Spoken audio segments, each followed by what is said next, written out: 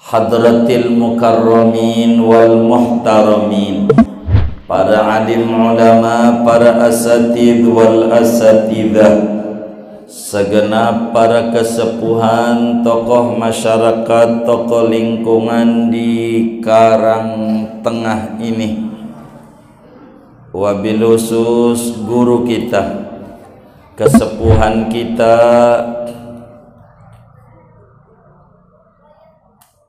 Ustadz Haji Yusuf Tahri beserta keluarga besar beliau dan jajaran pengurus Masjid Nurul Yaqin, juga yang mulia Bapak RT 01 RW 015 beserta jajaran pengurus RT 01, juga kesepuhan lainnya.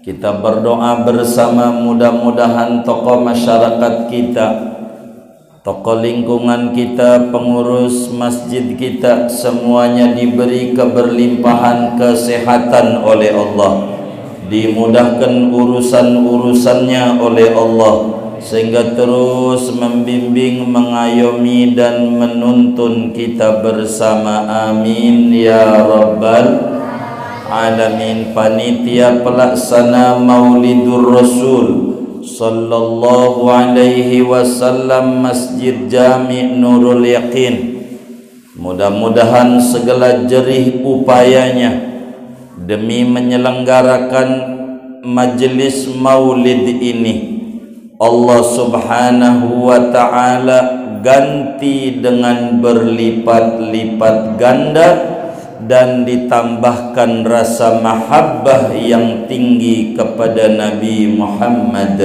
Amin ya rabbal alamin. Hadirin hadirat sekalian, saudara-saudara yang mulia,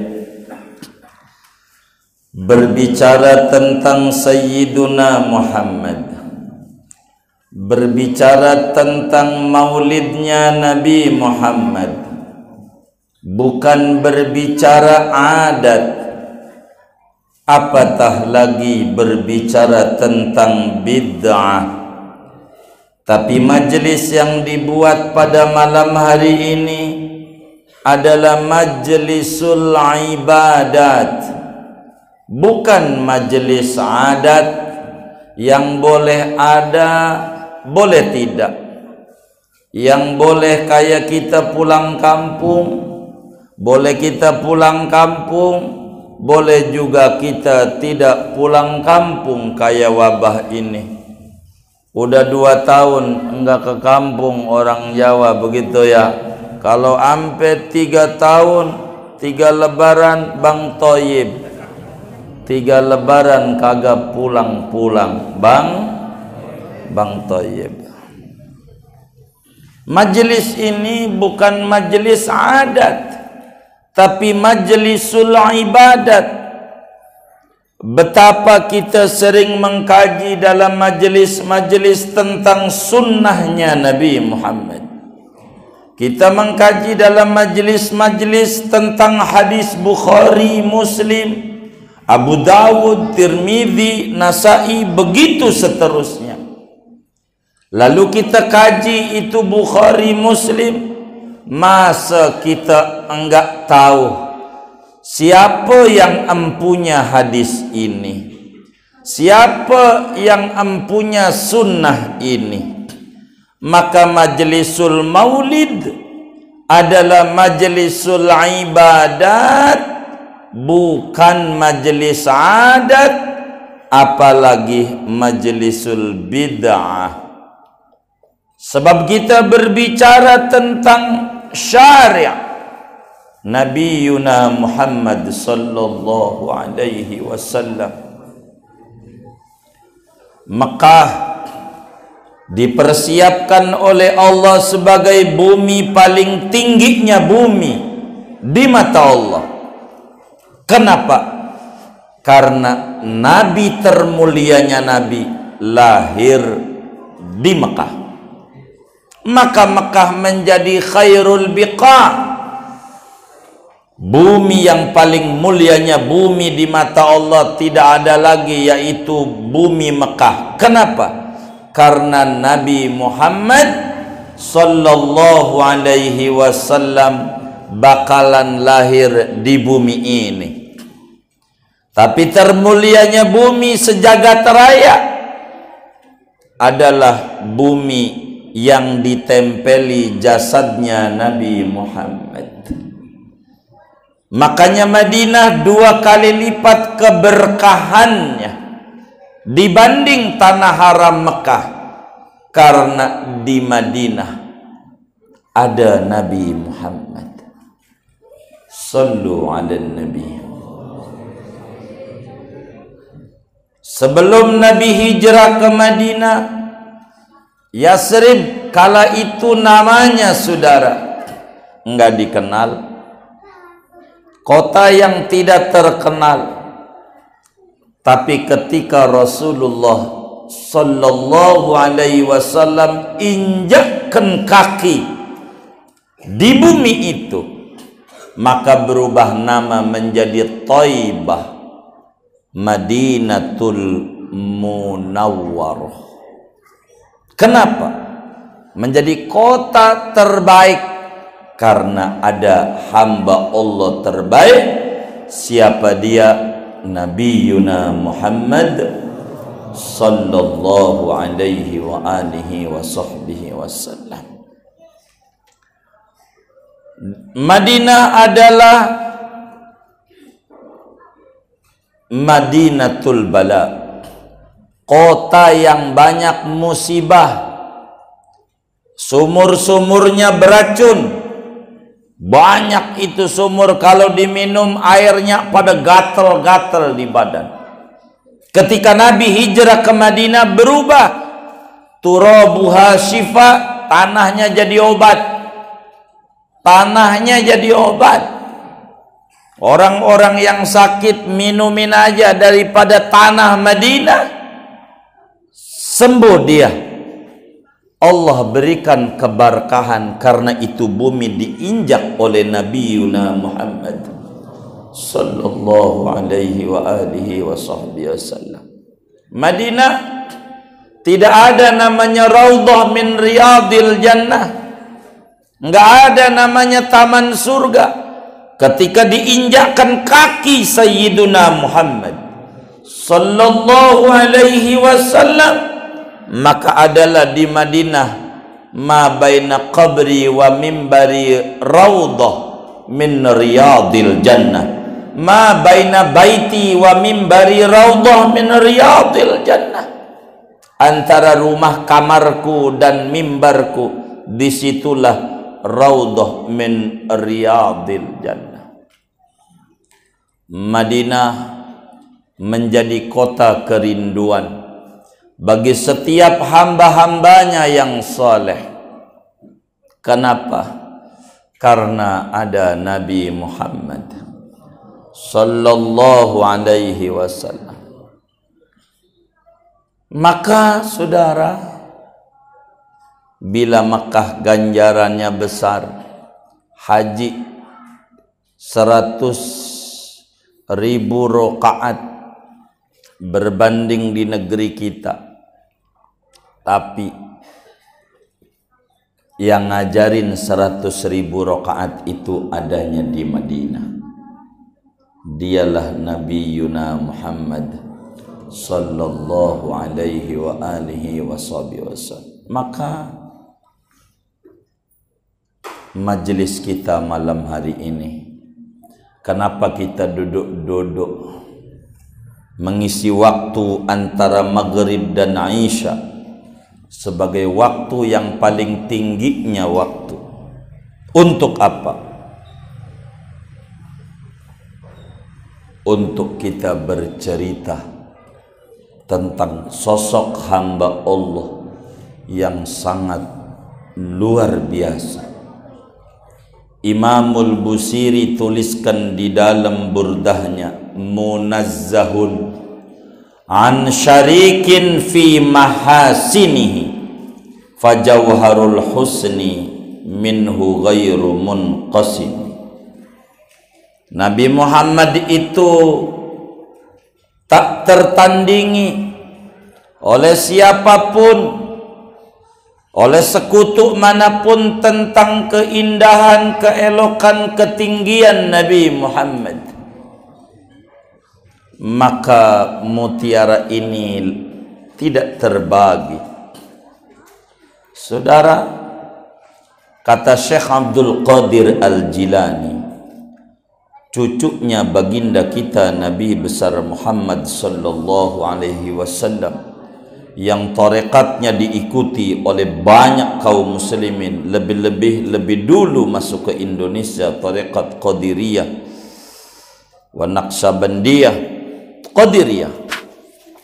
Syekh Abdul Qadir Al-Jilani, saudara, menyatakan di dalam kitab Al-Ghunyah, al-insan masturun bi khalqih, masyhurun bi khuluqih, illa sayyidana Muhammadan sallallahu alaihi wasallam. Kita orang ini tidak tenar, tertutup kepribadian kita, postur tubuh kita enggak dikenal, tapi kita bisa terkenal dengan budi pekerti kita yang mulia, kecuali Nabi kita Muhammad sallallahu alaihi wasallam. Kalau beliau huwa masyhurun bi khalqi, masyhurun bi khuluqi. Nabi kita Muhammad itu, saudara, masyhur postur tubuhnya, masyhur juga budi pekertinya. Orang Yahudi, orang Nasrani tahu pendeta-pendetanya namanya, zamannya akhbar. Nasrani namanya ruhban, rahib. Itu semuanya hafal betul tentang ciri-ciri fisik Nabi kita Muhammad sallallahu alaihi wasallam yang kita peringati maulidnya malam hari ini. Al-Quran tegaskan pada bagian ini, alladzina atainahumul kitaba, apa Sardi? La ya'rifunahu kama ya'rifuna abna'ahum wa inna fariqan minhum la yaktumunal haqqa wa hum ya'lamun. Kata Allah, orang-orang yang kami berikan Alkitab, yakni Yahudi dan Nasrani, pendeta-pendetanya sampai yang bodoh-bodohnya kala itu, yang biasa-biasa, yang awam, apalagilah dia kiainya, kiai Yahudi, kiai Nasrani, la ya'rifunahu, sungguh mereka makrifat kepada Nabi Muhammad sallallahu alaihi wasallam, tahu betul tentang siapa Nabi kita Muhammad ini. Mereka tahu. Kama ya'rifuna abna'ahum, sebagaimana mereka mengenal anak-anak mereka. Bahkan kata Abdullah bin Salam, mantan pendeta Yahudi, waktu datang Rasulullah ke Madinah injakan kaki, dia langsung syahadat tanpa tanya banyak. Inni a'rifu Muhammadan bal asaddu ma'rifatan min ma'rifati li abna'i. Saya ini lebih kenal Nabi Muhammad, bahkan lebih kenal Nabi dibanding anak-anak saya. Tuh, begitu kata pendeta-pendeta Yahudi. Tahu tentang Nabi Muhammad, lebih tahu daripada anak kita. Nggak tahu anak kita apa laki apa perempuan nantinya, nggak tahu. Cucu kita apa laki apa perempuan ora tahu. Hidungnya mancung apa pesek enggak tahu. Tapi Nabi belum lahir, cirinya sudah jelas, terpampang dan tahu betul ciri-ciri Nabi akhir zaman, yakni Nabiyuna Muhammad sallallahu alaihi wa alihi wa sahbihi wasallam. Hebatnya ini Nabi, sampai di dalam kitab Dalailun Nubuwah Al-Imam Abu Nuaim riwayatkan hadis bagaimana pendeta-pendeta Yahudi mengenal sosok Nabi Muhammad secara fisik. Tahu waktu itu Rasulullah ada di Mekah. Sahabatnya namanya Jubair bin Mut'im. Jubair bin Mut'im radhiyallahu ta'ala an. Biasa orang Quraisy itu Bapak Ibu dagang ke Syam. Syam itu luas dulu. Kalau Indonesia namanya dulu Majapahit, Nusantara. Kalau udah disebut Majapahit, Nusantara, itu kita negeri ini Malaysia, Singapura, ya Malaka pada Singapura, Brunei, Thailand, Vietnam, itu Majapahit. Syam begitu. Syam itu dari mulai ujung Syria sampai ujung Palestina. Yang sekarang berapa negara itu dulu namanya Syam. Dulu namanya. Pusatnya Damaskus. Dulunya mau sampai ujung Palestina. Yang sekarang Israel itu Syam dulu namanya. Jadi waktu dagang ini Jubair bin Mut'im, dilihat hidungnya mancung, cakep, biasa orang Arab. Begitu, kita juga mancung ke dalam. Iya. Jadi ditanya, kenalan ini pendeta, namamu siapa? Dibilang Jubair bin Mut'im. Kalau boleh tahu dari mana? Gunung Kidul, itu Majimul. Dari Mekah. Dari Mekah. Jadi dia belum lihat sama Nabi. Ini pendeta. Dia bilang, Jubair, ente tahu di Mekah ada orang mengaku Nabi akhir zaman? Kata Jubair, na'am, arif tuh, iya saya tahu. Benar. Kalau tahu, ikut saya. Maka Jubair diajak sama pendeta ikut. Masuk ke rumah, ternyata gereja. Kalau sekarang namanya sinagog, tempat ibadahnya Yahudi. Masuk gereja, rumah. Di dalamnya ada 150 patung. Banyak. 150. Kalau Nurul Yakin ini dikasih 150, nggak muat kayaknya. Nggak muat. 150. Banyak. Diajak keliling. Muter. Selesai. Dari muter itu, lalu kemudian nanya, Jubair, labbaik, adakah muka dari yang ada 150 ini yang mirip, bukan sama, mirip dengan Nabi yang ada di Mekah? Kata Jubair bin Mut'im radhiyallahu ta'ala an, tidak ada. Enggak ada. Kata pendeta, ente benar.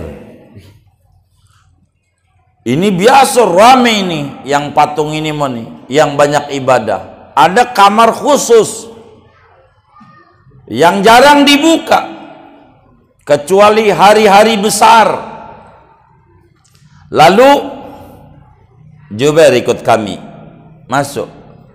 Jadi ibarat di sini ada pintu lagi ke dalam. Ternyata pas masuk dari lorong, masuk pintu, lebih gede ruangan itu, gede banget.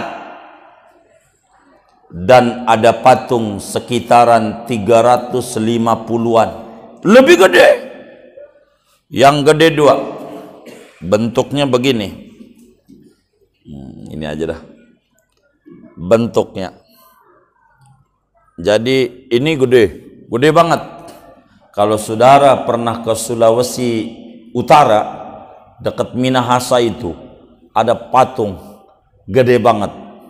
Tulisannya di bawahnya, Yesus memberkati. Gede, mau terbang. Itu di Minahasa. Ini gede, lebih gede dari itu. Gede banget. Gambarnya begini. Saya minta botol itu, nak. Ah iya. Biar ngegambarnya enak saudaranya. Ini gede, atau kami balik karena ini gedean ya. Jadi begitu tuh gambarnya, bentuknya. Ini gede, ini adanya di kakinya, 2 yang gede, yang lain kecil-kecil, standar kayak badan kita orang lah, gitu gedenya. Yang lain kecil, ini gede banget, 2, gede. Waktu masuk itu ruangan bukan 1 hektar 2 hektar. Ruangan itu 5 hektar. Gede gambarannya. Jadi waktu masuk kaget Jubair. Tapi dia sembunyikan keterkejutannya itu. Keliling gitu, kena lorong-lorong jalan, ketemu patung itu, macam-macam. Banyak. Jadi habis keliling-keliling selesai, lalu kan lumayan gede, pakai naik, tahu mobil yang golf itu, duduk kan, iya kayak begitu, keliling. Sudah keliling, baru pendeta berkata, Jubair, labbaik, ada enggak yang mirip dengan Nabi yang ada di Mekah? Kata Jubair bin Mut'im, ada. Yang mirip, enggak sama, mirip. Lalu kata pendeta, aina huwa, mana, di mana yang mirip? Kata Jubair bilang, tidak, saya tidak kasih tahu, sebab orang Yahudi lebih tahu dibanding kita. Allah bilang dalam Al-Quran surat Al-Baqarah ayat berapa ini? Wah, ayat nggak hafal ini, hafal Quran nggak ayat, nggak apa-apa. Tapi Al-Baqarah juz 2 ini, baru selembar dari saya kulusnya ini. Alladzina atainahumul kitaba la ya'rifunahu kama ya'rifuna abna'ahum. Mereka yang kami berikan Alkitab sungguh ma'rifat, mengenal betul sosok Nabi Muhammad sallallahu alaihi wasallam. 146 Al-Baqarah. Baik. Ya'rifunahu. Alladzina atainahumul kitaba ya'rifunahu kama ya'rifuna abna'ahum wa inna fariqam minhum la yaktumunal haqqa wa hum ya'lamun. Lanjutannya al-haqqu mir rabbika fala takum minal mumtarin gitu. Nah, kita harus nanya sama yang hafal Quran. Kita kan kagak hafal.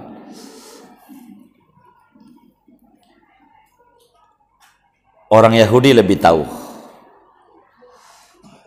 Kata Jubair, dibanding saya, kau yang harus unjukin, karena kau lebih tahu.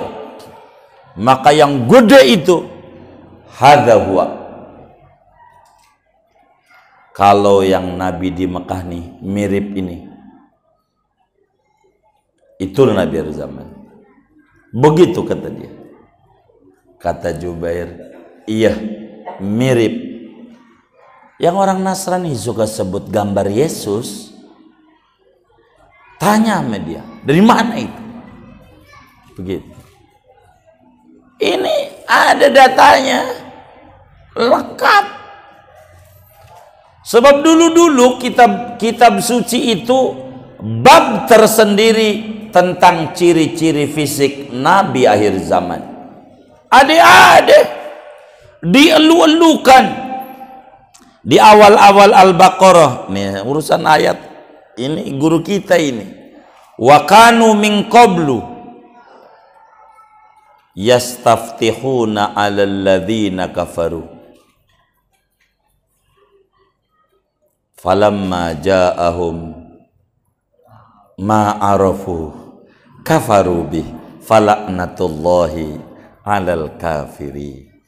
Dulu sebelum Rasulullah ada, setiap mau perang Yahudi sama Nasrani, doanya apa? Allahumma inni as'aluka bihaqqin nabiyyi akhir zaman antan surani ala a'dai. Tuhan, ya Allah, kami bertawassul kepadamu, kami memohon kepadamu, bertawassul dengan Nabi Muhammad, Nabi akhir zaman, beri kami kemenangan melawan musuh-musuh kami. Begitu. Setiap perang selalu hadaratin Nabi Muhammad. Kalau mau perang Yahudi, Nasrani, begitu. Kalau perang, dan selalu menang. Falamma ja'ahum ma'arofu, ketika Nabi Muhammad datang,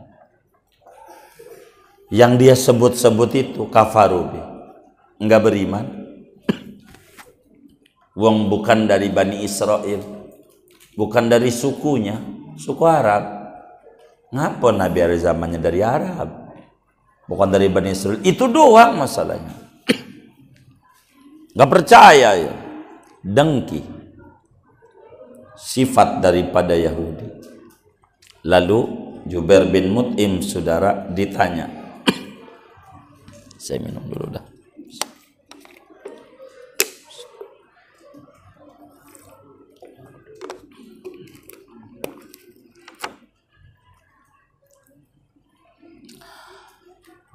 Ini yang di bawah ini siapa? Kan gambarnya begini di kaki. Kalau ini siapa? Kata pendeta, kata Jubair, rada kenal tapi saya rada lupa-lupa ini siapa ya? Kayak siapa ini? Coba diingat-ingat. Enggak ketemu-temu Jubair. Apa kata pendeta? Ini Jubair,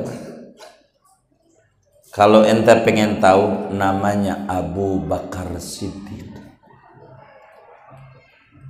Kalau ini Nabi mati, khalifah pertamanya dia. Begitu di dalam kitab-kitab suciku.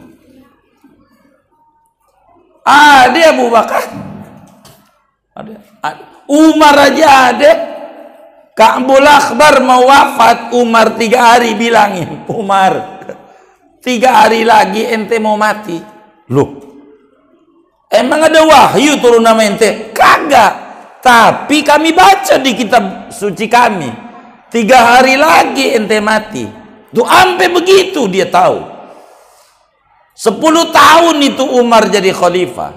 Jadi Nabi di Madinah 23 tahun. Artinya setelah 10 tahun Rasulullah ada di Madinah wafat, 3 tahun Abu Bakar jadi khalifah, Umar 10 tahun, kan 23. Jarak dari Nabi aja hijrah ke Madinah itu tahu pendeta. Umar 3 hari lagi mati ente. Begitu. Yang kagak-kagak ada catatannya di kitab suci saya. Di tahun ke-23 ente mati. Umar sampai tuh tahu. Maka majelis kita malam hari ini bukan majelis adat yang boleh ada boleh tidak, tapi majelisul ibadat. Kita mengenal tentang empunya ajaran. Masa kita sholat tadi yang ngajarin kita kudu tahu. Kita puasa kita kerjain, yang ngajarin kita kudu tahu siapa tuh yang ngajarin. Quran kita baca, yang membawa Quran kita kudu tahu. Begitu kita baca Bukhari, masa kalau Rasulullahnya kita nggak tahu, kudu tahu.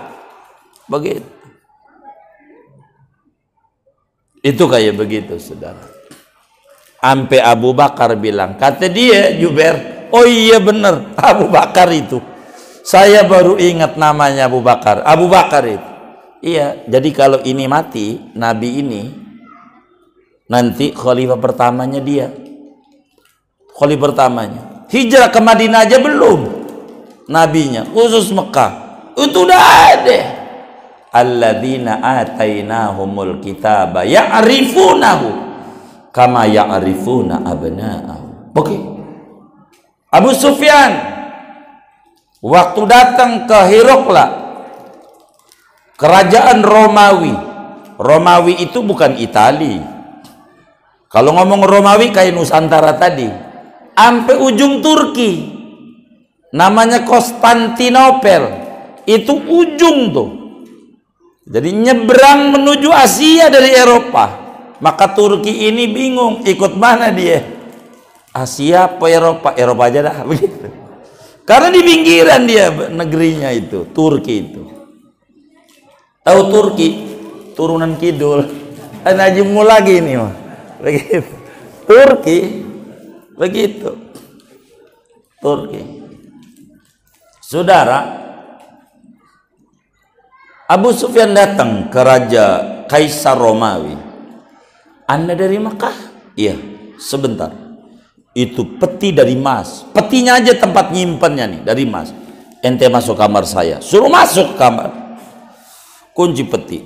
Gemboknya dari emas. Gemboknya. Lumayan tuh zaman PPKM begini. Kalau diambil banyak ya. Dibuka ada kain sutra. Cakep. Bertuliskan ciri-ciri Nabi. Sampai dalam urutan Nabi 25 di ujung adanya. Adam di ujung. 25 di ujung. Dibuka. Hidungnya mancung, alisnya kayak nun, udah panjang lah. Jari tangannya, kalau kita tuh jarinya jari tengah yang panjang. Nabi menjadi telunjuk untuk tukang zikir mulu. Coba dilihat cek siapa yang telunjuknya lebih panjang. Ada nggak? Ah, bukan Nabi. Udah gitu aja dah, gampang jadinya. Nggak susah. Nabi mesti simetris. Begini nih. Anggap deh ini nih, karena udah bagus tuh. Ini dari sini jadi bagus. Itu cirinya ada. Jadi kalau ada orang ngaku ngimpi ketemu Nabi, jangan kita langsung cium tangan, tar dulu. Orang ngimpi ketemu Nabi, tanya dulu bagaimana cirinya. Begitu, saya malam ngimpi ketemu Nabi Muhammad, hebat, ini mimpi bener. Ntar dulu, tanya dulu, duduk. Guru-guru kami itu kalau orang murid-muridnya ngaku ngimpi ketemu Nabi, dia ajak ke kamar, duduk, tanya tuh dari melujung pala. Begitu, baik. Bagus ini mimpimu ini. Bagaimana rambutnya? Rambutnya sepanjang pantat. Itu Ki Joko Bodo. Nabi nggak begitu. Jadi ada cirinya. Jadi enggak asal sebut. Kita kagum dulu ntar. Harus jelas. Nggak bisa. Cirinya lengkap. Itu di ujung tuh. Ini Nabi Muhammad, bapaknya Abdullah, ibunya Aminah, ada. Itu dalam Maulid Daiba itu, illa sifron wahidan, kecuali satu buku diumpetin ama abah di peti. Falamma mata abi fatahtuhu, ketika abahku mati baru kubongkar itu peti. Ternyata di dalamnya lengkap ciri-ciri Nabi Muhammad dari ujung pala sampai ujung kaki. Maka Yahudi Nasrani apal betul tentang ciri-ciri Nabi Muhammad sallallahu alaihi wasallam. Sayang kemudian itu beberapa tangan kotor diumpetin. Quran bilang wa inna fariqam minhum, segolongan dari mereka, layak tumunahu, sungguh menyembunyikan, ngumpetin, wahum ya'lamun, penuh kesadaran, sengaja dibuang cirinya, dibuang cirinya. Kalau kita bongkar sejarah Salman Al-Farisi masuk Islam 80 tahun nyari Nabi Muhammad. Syukurnya sama Allah itu ketemu Nabi, umurnya cukup panjang. Dia umur 10 tahun baru sadar. Anak tukang jaga kelenteng yang namanya Salman Al-Farisi, orang Persia, Iran, sekarang itu kerajaan Persia.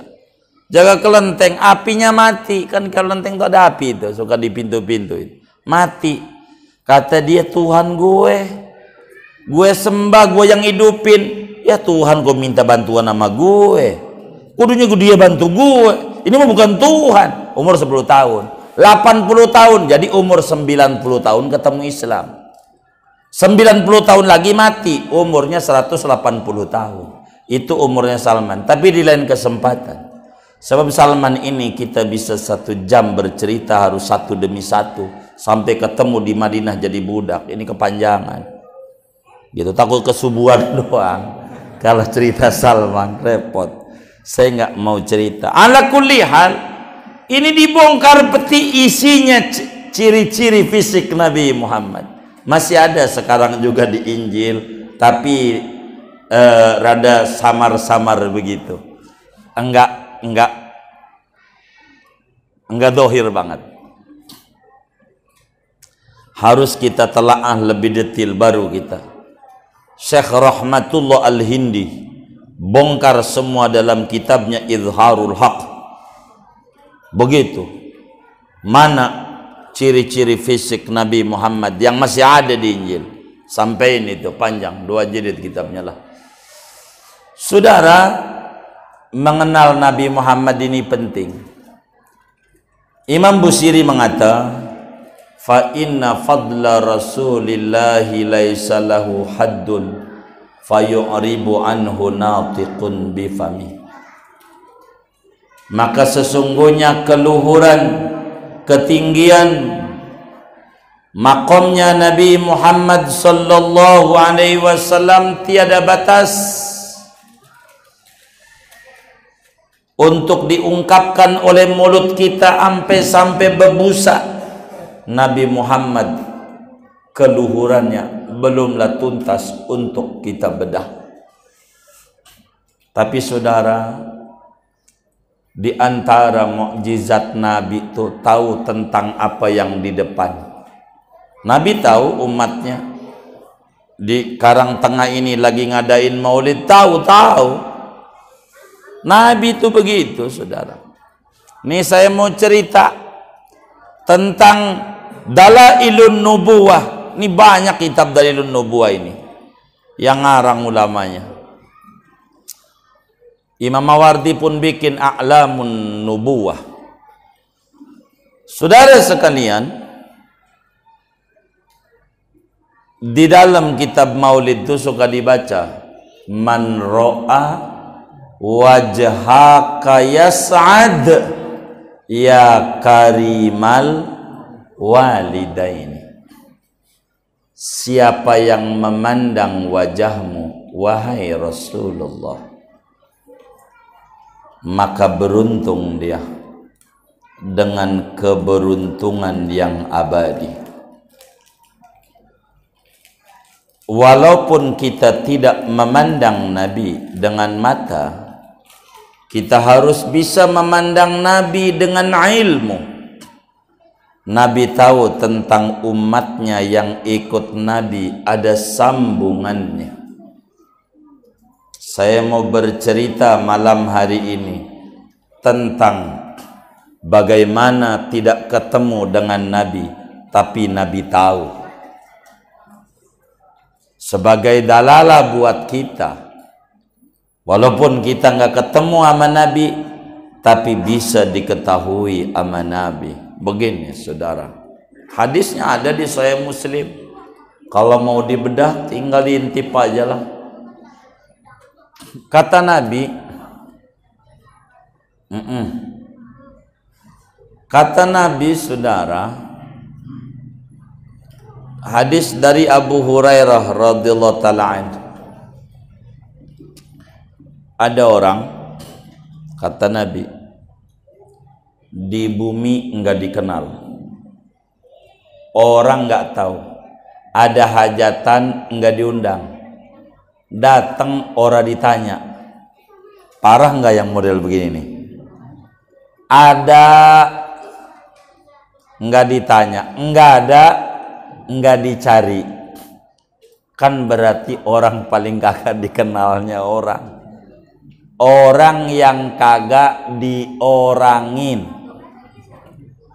Yang model begitu, bener gak? Ade kagak ditanya, kagak ade kagak dicari. Mana nih? Kagak. Ade kagak juga.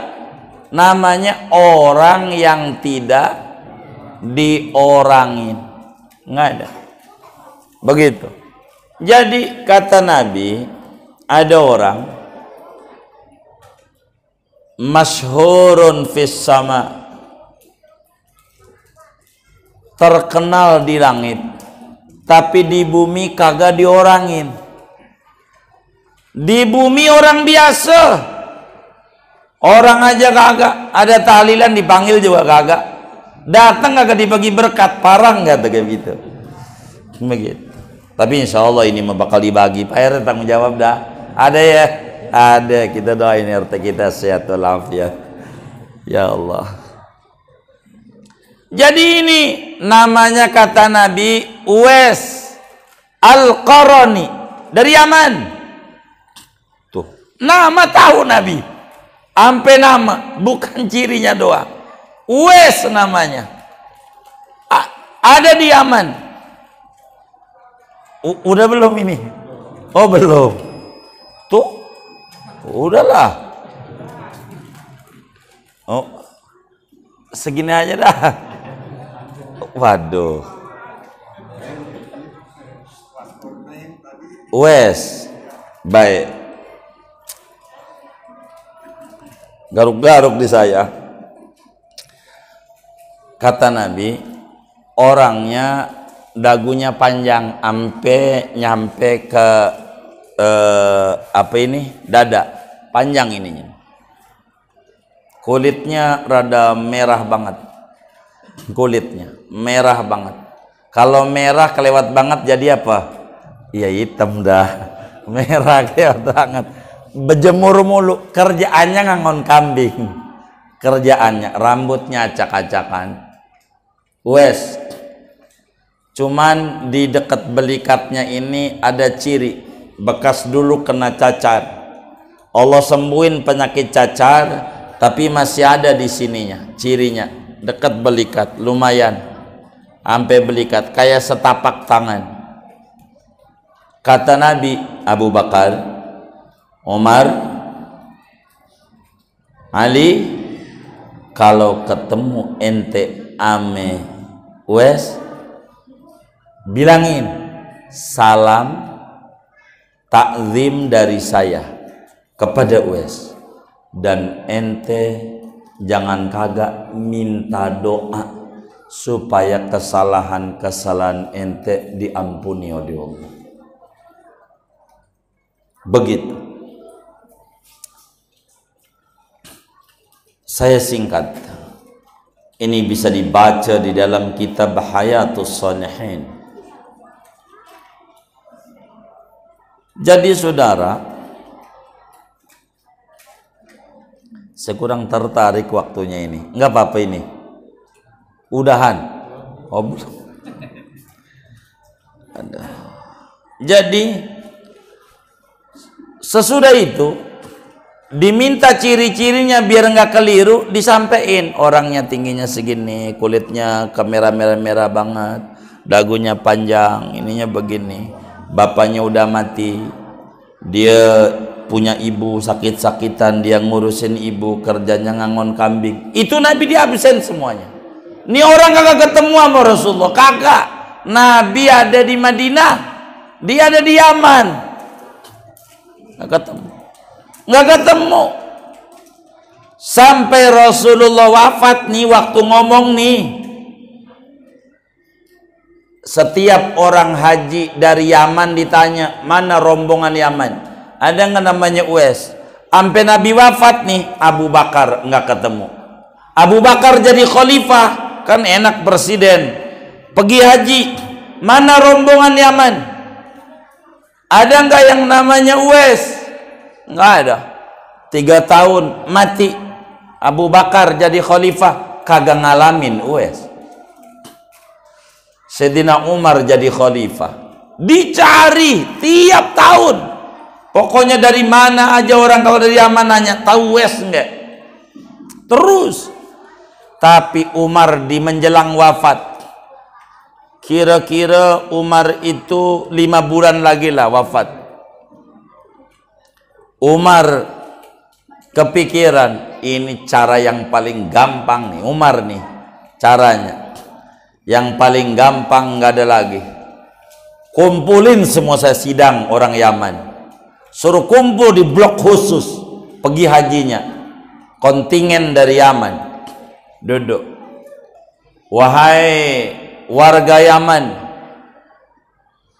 hal fikum Uwais, adakah di kalangan anda yang namanya Uwais? Tolong dong aku, saya ini udah hampir 20 tahun nyari Uwais, belum ketemu-temu. Ada kakek-kakek nyamperin Sayyidina Umar, ya Amirul Mukminin, saya nggak paham Uwais yang mana yang Tuan maksud. Saya ini punya ponakan, abahnya mati, namanya Uwais. Jujur aja nggak layak lah ketemu sama Tuan. Orangnya kerjaannya ngangon kambing, begitu, kerjaannya ngangon aja, pakaiannya juga begitulah, acak-acakan begitu, dari bulu domba pakaiannya. Nggak pantas banget kalau sampai itu orang yang dimaksud kudu ketemu dengan Tuan. Kata Sayyidina Umar, marganya apa, dari kampung mana? Qaran, Uwais Al-Qarani. Ibunya sakit, iya ibunya sakit, dia ngurusin ibu mulu. Nggak, belum nikah, belum, sampai dia dewasa ngurusin ibu. Maka kata dia nih, di mana dia? Kata Sayyidina Umar, sekarang juga ikut haji nih tahun ini, ada di Arafah sekarang nih, lagi ngangon kambing. Umar loncat ketemu Sayyidina Ali. Ali, ada apa Amirul Mukminin? Aduh, Uwais Al-Qarani yang dulu Nabi sebut dulu, begitu. Mau ikut enggak? Ikut, naik khimar. Ya naik mobil dah sekarang, naik khimarnya. Itu Uwais lagi sholat deket kambingnya yang diangon, gitu. Lagi sholat aja, 2 rakaat salam, 2 rakaat salam diri. Emang kerjanya begitu, ngangon kambing. Sebetulnya bisa dicontoh oleh yang mancing-mancing. Taruh aja jorannya di situ. Sholat 2 rakaat, ntar juga dimakan, tinggal diambil. Bener kan? Ya Allah, kalau mau nyontoh wes begitu. Jorannya taruh aja di Rawat Cipondo, gitu. Greenrek juga ada, Greenrek tuh kayaknya begitu. Taruh aja di situ. Ini sholat ditungguin sampailah salam, kemudian ditanya selesai itu, mohon maaf sampean ini namanya siapa? Uwais. Dari mana? Dari Quran. Oh iya, minta izin, boleh nggak buka bajunya? Bajunya minta dibuka, kan Nabi bilang di keteknya. Ciri kalau kulit kan nggak pakai ditanya, kan kelihatan. Kulit ente ya kan kagak kelihatan. Ini yang nggak kelihatan. Coba buka bajunya. Dibuka bajunya. Bener segede gini. Ada bekas cacar. Yang ada bekas yang lain nggak ada bersih. Ini ada. Tulis di sini. Ada bekas kait tangan begitu. Dibilang, wes, dulu Rasulullah masih hidup menyampaikan kirim salam buat ente dari Rasulullah. Nggak ketemu sama Nabi. Uwais nih nggak ketemu, bukan sahabat. Nggak ketemu sama Rasulullah. Uwais. Sebab penyebab nggak ketemunya tuh, tapi waktu Nabi hidup, Uwais juga hidup. Tahu ada di Madinah. Ibunya dorong. Kata maknya, Uwais, ayo dong ke Madinah, sono ke Madinah. Temuin Rasulullah, ngaji aja langsung sama Nabi. Emak tinggal aja. Uwais mau jalan, patuh sama emak adalah wajib. Dia jalan, tapi emak siapa yang ngurusin? Dia sakit. Ngurusin emak juga wajib ajaran Nabi. Daripada ketemu Nabi enggak ngamalin ajaran Nabi, mendingan milih ngamalin ajaran Nabi walau tidak jumpa dengan Nabi. Uwais begitu, singkatnya begitu. Maka kemudian saudara ketemu Sayyidina Umar, dipeluk, ditanya mana enta? Ali yang jawab, mudaan, saya Ali bin Abi Thalib, ini Amirul Mukminin Umar bin Khattab. Kata Uwais, alhamdulillah, moga Allah memberi balasan kepada anda berdua dengan balasan setinggi-tingginya atas jasa anda pada Islam ini. Begitu. Kata Umar sama Imam Ali, tolong dong mintakan nama Allah, mintain ampun kesalahan kita. Semuanya saya mintain ampun kaum muslimin muslimat, enggak 1-2 orang. Biasa Allah maghfir lil mu'minina. Itulah amalan Uwais. Doain semua orang mulu. Kata Sayyidina Umar, doain. Kata Sayyidina Umar, saya ganti ya pakaiannya, biar gagah, biar ini. Makasih, saya cari engkau nih. Enggak usah buat apa. Kan duit saya yang saya dapat selalu saya bagi 3. Sepertiga buat saya, sepertiga buat ibu, sepertiga buat sedekah. Buat apa saya? Enggak usah. Gitu. Saya kasih gaji, bansos, nggak usah, begitu, nggak mau. Ala kulli hal, Uwais Al-Qarani meninggal di Azerbaijan, jadi negara, ada negara namanya Azerbaijan, ikut perang terakhir tuh, mati di situ. Uwais Al-Qarani enggak ketemu sama Rasulullah, tapi mengamalkan ajaran Rasulullah sama dengan man ro'a wajhaka yas'ad. Sebab ro'a bil ro'a bil ilmi bittiba'i sunnatihi yas'ad. Siapa yang melihat Nabi, memandang Nabi, baik memandang dengan wajah kayak para sahabat ataukah memandang dengan ilmu, dengan mengamalkan ajaran-ajaran Nabi, yas'ad, maka kita beruntung. Maka maulid saudara diadakan itu bukan sekedar majelis adat, tapi majelis ilmu, bahkan ilmu tentang siapa Nabi Muhammad sallallahu alaihi wasallam. Kita biar kenal. Makanya kalau baca maulid yang utuh, apa berzanji, apa daibai, apa simtud durar dan macam-macam. Kita baca apa syaraful anam, azab, silakan dia ulami, baca yang utuh. Karena di dalamnya ada sejarah Nabi Muhammad sallallahu alaihi wasallam. Maka bagi kita yang di akhir zaman, yang ibadah kita kurang, biar kita akrab sama Nabi Muhammad, banyakin baca solawat, banyakin baca solawat. Yang pendek saja sallallahu ala Muhammad.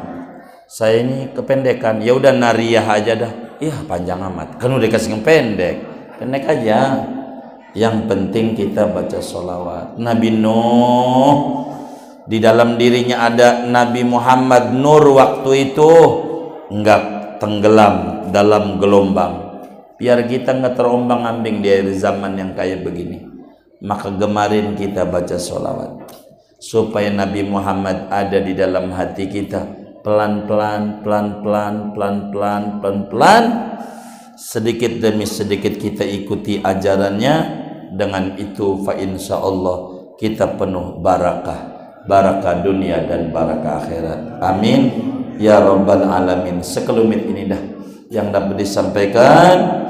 Mudah-mudahan Allah subhanahu wa ta'ala tumbuhkan di hati kita mahabbah kepada Rasulullah, mahabbah kepada orang-orang yang mahabbah kepada Rasulullah, mahabbah kepada amaliyah-amaliyah yang menghantarkan kita menuju mahabbah Rasulullah. Amin ya rabbal alamin. Kita baca Fatihah buat panitia pelaksana, segala uang makanan dan segalanya yang mereka keluarkan demi memuliakan Nabi Muhammad, bahkan sesungguhnya demi memuliakan diri, agar supaya dapat kemuliaan dari Nabi Muhammad. Yang Allah berikan kemuliaan itu kepada Nabi Muhammad, kita dapat syafaatnya di dunia, di kubur, di akhirat. Kita baca Fatihah untuk para panitia pelaksana. Al-Fatihah.